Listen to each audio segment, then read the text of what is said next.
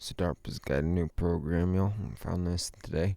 Rads 2 watts. DARPA's new program aims to revolutionize humanity's expansion into space. Like I said, and I have been saying, it's inedible. We all might as well hop on the train. The more of us that do, the better. Because this stuff is pretty cool. I would love to go to space. I would love to uh, yeah, surf the stars, man. That'd be rad. That'd be the dream come true almost, in a way. But let's go over this. I just want to see what this is about. I have yet to read this, so um, let's see. In a strong indication of the Pentagon's growing ambition for a lasting foothold beyond Earth, the Defense Advanced Research Project Agency (DARPA) recently unveiled early plans for a groundbreaking technology program. The initiative aims to develop compact, long duration nuclear power systems that could one day energize permanent off world uh, outpost or support long range missions deep into space. If I'm correct, I thought I read a couple years ago that was it. I don't know. I don't remember if this is true, but if it was Rolls Royce, I think that had like an okay to build like the first commercial nuclear reactor on the moon or something. I don't know if that was true.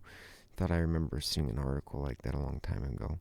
It's inedible. I mean, it's got to be some sort of clean energy that we can it's not petroleum based. Systems that could one day energize permanent off-world outposts. Yeah, it's inedible. The program Rads to Rots was recently outlined in a special notice of future program announcements issued by DARPA's Defense Science Office. While the announcement is framed as an exploratory call for research, carefully reading between the lines reveals a far more ambitious vision. As it always does. You just always have to read between the lines. Um, let's see. Uh, Central to the innovative is transforming how nuclear energy is converted into electricity by moving beyond conventional heat engines and into the realm of radio uh, volatices. Sorry, radio volatices. I'm gonna have to work on that one later. Or solid state devices that directly convert radiation into power. If successful, the technology could provide a constant stream of power in harsh power strived conditions such as permanent off world installations or deep space surveillance platforms. What's the surveillance for? Asteroids, solar flares, all kinds of space stuff. We have to, like I said in another video, the solar flare video. We have to start paying attention to what's going on. It's just inedible. As our consciousness and we grow, so does our forecast for everything. um, Soon, people, instead of learning what just what kind of clouds we have, we're gonna learn what kind of clouds are out in space too, and it'll be like an everyday thing. Yeah, just soon. Let's see. If successful, the technology could provide a constant stream. Yep. Enabling the operation of radio volatices at higher radiation fluences will enable long-lived unattended high power source for new operating domains that are power strived and or for which a logistics supply chain to replenish power source does not exist. Hmm. True. So, like, they're really talking off world then. Interesting. The deceptively technical phrase points to a more intriguing operation domain, space. Yeah, that's what I thought. That's what it goes to my mind too. It's inedible. Rads to Rots is a direct evolution of request of information issued in August 2024. The RFI posed an ambitionary question: could direct energy conversations from nuclear sources achieve the higher power, long duration outputs required for next generational missions? Less than a year later, DARPA answer is a responding yes. Nuclear power has long been touted as the only viable option for sustaining operations in remote and extreme environmental weather on Earth or operating in spacecraft or in the future Moon or Mars habitats. We already basically use nuclear power to power craft that are undersea, so it's kind of an as above, as below kind of thing, in my opinion. If it works down below, it's going to work above, wouldn't it? But I don't know. Just the tinfoil hat person, so. Systems such as radioisotope RTGs have powered NASA's missions for decades, including the Mars rover and deep space probes like Voyager. These devices rely on thermal conversion processes in which energy from decaying isotopes or fusion reactions heats a material which powers turbines or thermoelectrical systems. However, these legacy methods are bulky and ill-suited for compact remote applications. Moreover, these typically produce only a few hundred watts of power and degrade over time. DARPA is now posed to leapfrog that plateau by enabling kilowatts of electrical inputs through compact solid-state drives that directly harvest energy from nuclear radiation, which I'm sure we could probably find a lot more of out in space, couldn't we? So it's kind of like is it like two birds, one stone kind of thing? The ultimate version of Rads 2 watts is to enable radio vortices that convert high power nuclear radiation into kilowatts of electrical energy.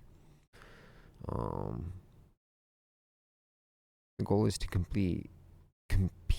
create compact, high-output energy systems that require no moving parts, no fuel resupply, and minimal shielding, essential for operating in locations where a logistics supply chain does not exist. The last phrase, lifted straight from the program notice, is loaded with implications.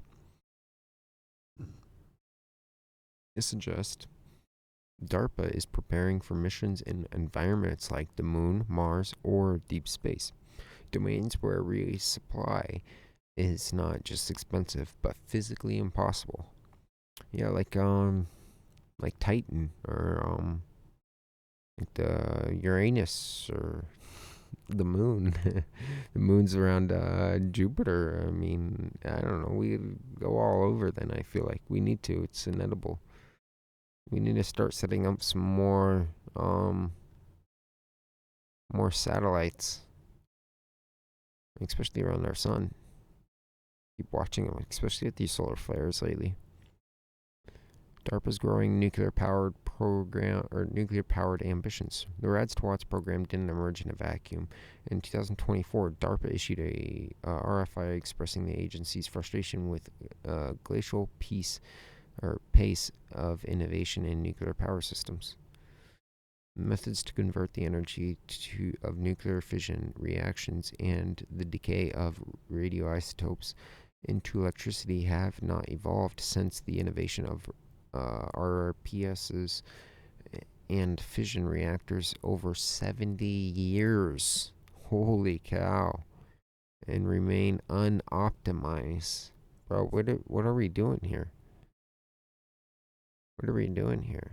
We're really kind of falling behind on a lot of the technology game compared to some other countries. I'm not gonna lie. We need to empower these kids to want to become these great scientists again. We need to pay them the money for good research and development, and also application, like actually doing something. rather than sitting behind a screen. We need more companies to innovate, and I don't know. I think it's inevitable. We have to. We've kind of fallen behind. DARPA specifically challenged researchers to rethink the problem at a fundamental level. Could the energy from nuclear emissions, alpha, beta, gamma, and neutronian radiation be captured and converted directly into electricity using solid state materials? Could such systems generate tens of hundreds of kilowatts operating for decades and remain compact and efficient enough for operating in the space domain? There has to be. It's just we haven't found it yet. Someone's got to be smart enough. This is cool. I like this. In August of 2024, a document called for response that explored novel materials like radiation-hardened, self-healing perovskites,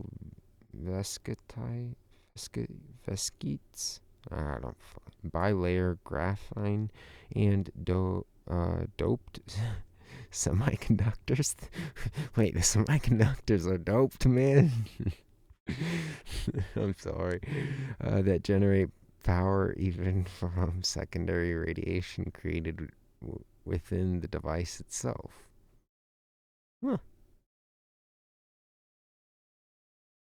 Interesting. These questions are the foundations of DARPA's new Rads to Watts program and the vision of high developing radio this one's gonna bug me. I'm gonna try this one later. That can endure extreme radiation environments without breaking down.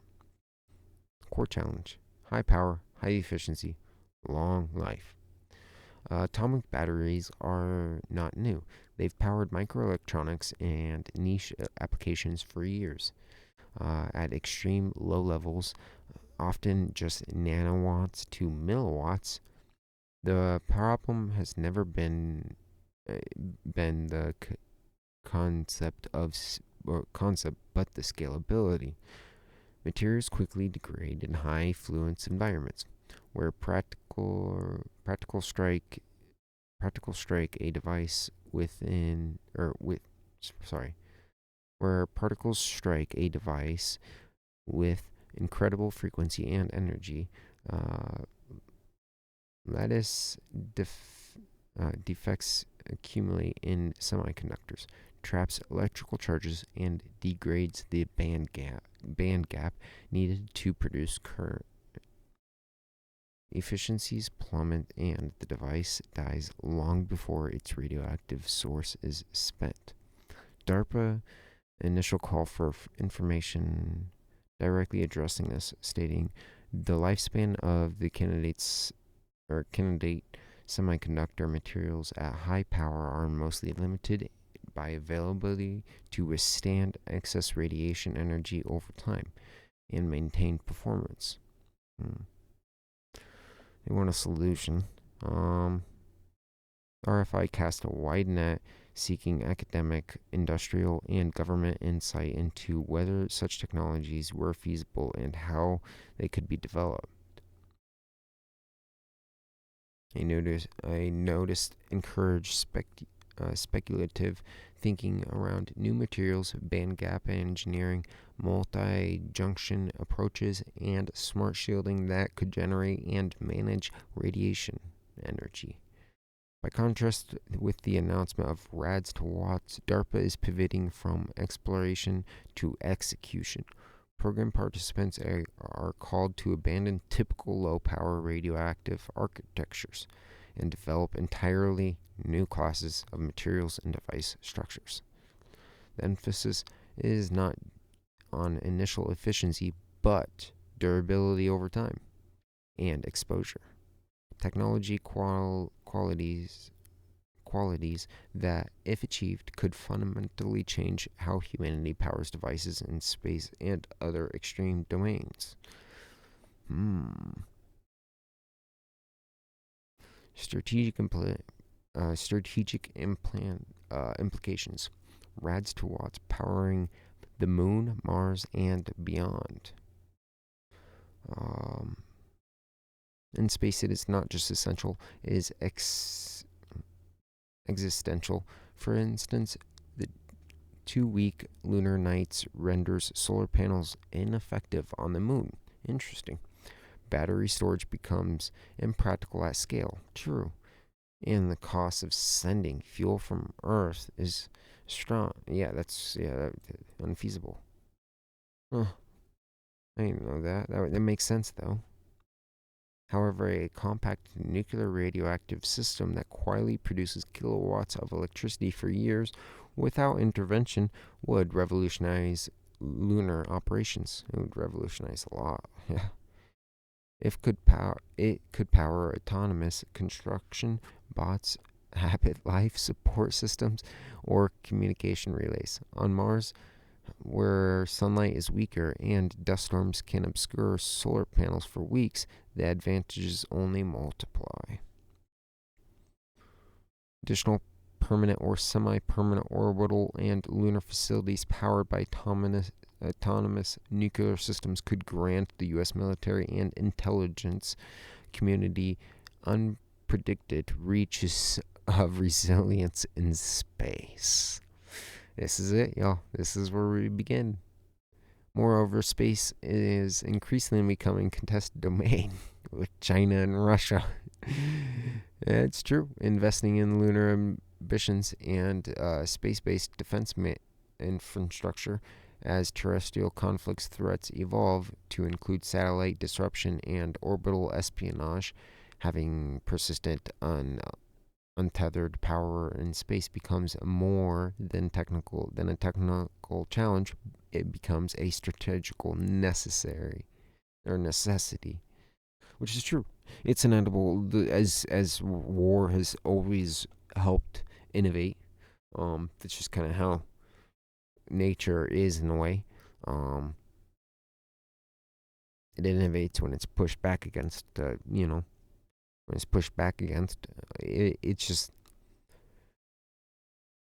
It is inevitable for us to go out, and so it's inevitable for us to find a better resource of energy. Like it's inevitable for us to start mining asteroids. It's every sci-fi thing you can really kind of think of. It's on its way around, and I do think that this is interesting because whoever finds this is gonna be the next great scientist in a way, in my opinion. I mean, it'll be a revolutionary change. Because it'll almost change our whole system of batteries.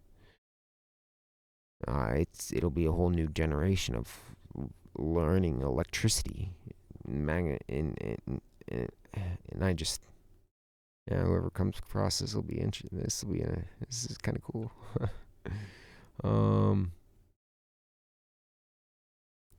Let's see. While NASA has ramped up focus on nuclear thermal propulsion and fission-based surface power in recent years, Rads 2 Watts suggest a parallel push from the defense sector towards autonomous, long-enduring space infrastructure.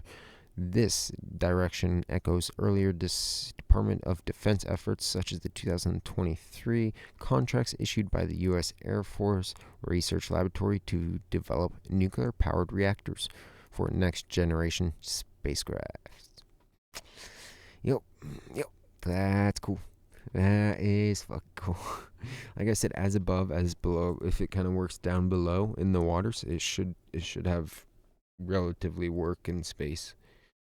It's kind of how it was all made. The